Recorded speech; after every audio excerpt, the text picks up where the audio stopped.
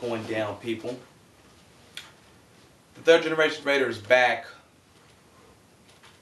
The Carolina Panthers are the next game, live and direct at the Oakland Coliseum. And a blackout. So that means a lot of people will not be viewing this team playing in the area. Pretty sad, huh? Pathetic, isn't it? Well, things have been changing in Oakland, huh? D'Angelo Hall, 6'15", I'll be kicking her out. Get out of here.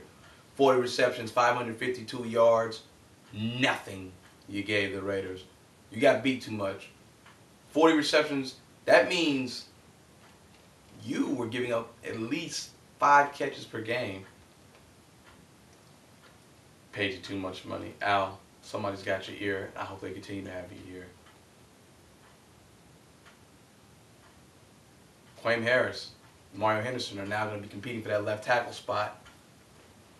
Maybe you can find out if you have a left tackle of the future in Mario Henderson. Maybe he can protect Jamarcus Russell.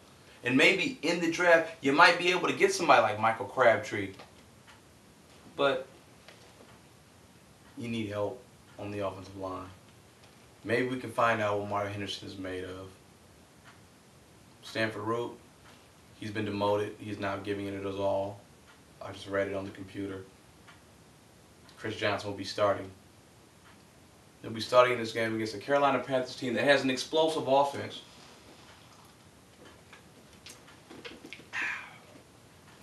Very explosive offense. Steve Smith missed the first 2 games of the year, but he's back. He's balling. I think he has like 3 straight games over 100 yards. He's ready. Musa Muhammad, they're licking their chops because the Raiders can't rush the passer. The D-line has not played well this year. Tommy Kelly, expected to be the best 3-technique player in the league. He's playing with 0 technique. Gerard Warren, I don't know if he's still playing hurt, but he's not a nose tackle anyway. His team can run the ball. D'Angelo Williams, Jonathan Stewart, excellent running backs.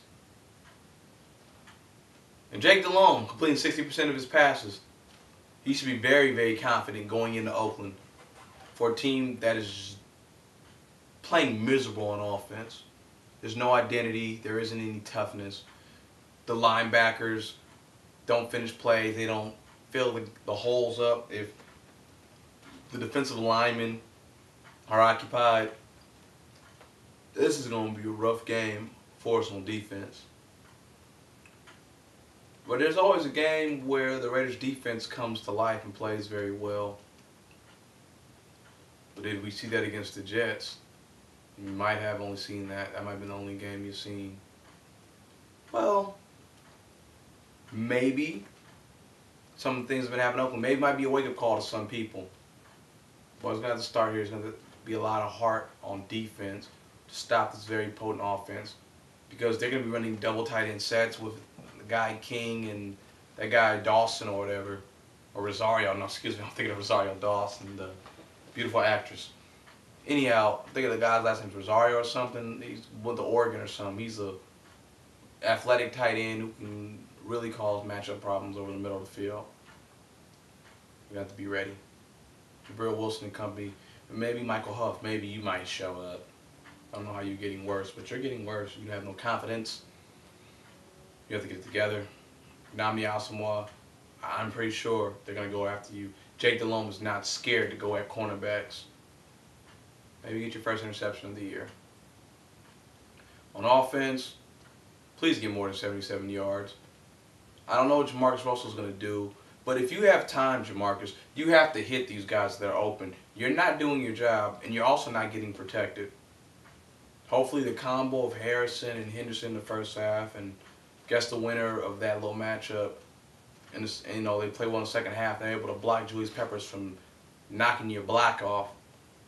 Cornell Green ought to block decent against Tyler, Mr. Bust Brayton, because he can't rush the passer. He has 1.5 sacks for the year, but this guy here is not good. They got 2 fat defensive tackles. The guy Damian something went to the University of Miami. Another guy Kiyomoto Mutu, one of those names I can't pronounce. He used to play for the Steelers. And they got John Beeson up the middle. Can really play. Another guy from the U. Nile Diggs. Playing outside linebacker. He's a short tackler. He's a hard hitter. I need to see Johnny Lee Higgins. Chad Schilling still out there with Javon Walker. I would like to see Ty Watkins get his chance. I've been yelling for this all year. The receivers have really got to come play. This team, in general, has to come play to win this game. I think for us to win, we have to have a low-scoring, similar game to the Jets where we fight hard and get turnovers. Fight. Because first downs will be far and few in between. I don't think we're going to be able to run the ball. I doubt Darren McFadden is playing. I say IR him for the rest of the year. So maybe a 13-10 game, 17-13. I don't think we can score 20 points on this team. I mean, I don't think we haven't scored 3 touchdowns all year. It's gonna be tough to even score 2. And I think Oak Fan 21, or I saw your message. You were asking, what can we do to turn this around? Because that's what it's all about. We got to turn it around. Al Davis has to relinquish control. He can still like a genius if he just sits back and just hires the right people and let them do their job. You gotta let people do their job.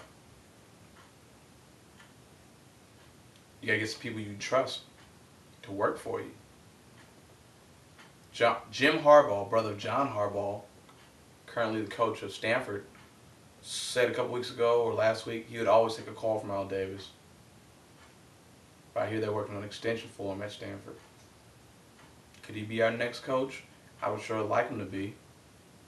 I don't want a retread guy like Jim Fossil. I think Jim Fossil is better served being an offensive coordinator and being a QB mentor for Jamarcus Russell next year. I don't like 49ers. Their players are coaches. But I think somebody like Mike Nolan, whose dad was great friends with Al Davis, could thrive here as a defensive coordinator. So I think he's not a head coach, but he's soon to be a defensive coordinator. I'd like to give him that chance. Get 3-4 in here, get the right personnel to run that system. And Al has to get a GM. He's got to get somebody we trust. Because Al, we just saw the country say no to an old man. Those people from that era, the World War II, Vietnam veteran or Korean War veteran, it's not working. It's a different era, different things going on. We're high society, iPods and cell phones, internet and all kind of craziness is what this world's about. Gotta stay with the times. And I love Al Davis. I go to that guy's funeral, be at the memorial service. But he's got to let go now. It's time. It's time. We're watching other teams who stunk last year already be better than us. It's not fair to the people. So that's how I feel. I'm going to continue to come tell you guys how I feel. I'm not going to jump ship. Told you guys I'm going to be here every week for you. I'm going to give you the raw and rugged on the Raiders. I'm always going to keep it honest and keep it real. So next week, I'm back. We're going to talk about hopefully a win against the Carolina Panthers. Then talk about the upcoming game against the Miami Dolphins in South Florida, where I know it's going to be big Raider contingency down there. And I'm going to have a special episode for you guys. Be a little different looking than normal episodes. Anyhow, I am the third generation Raider. And man, it's late night. Time for me to go.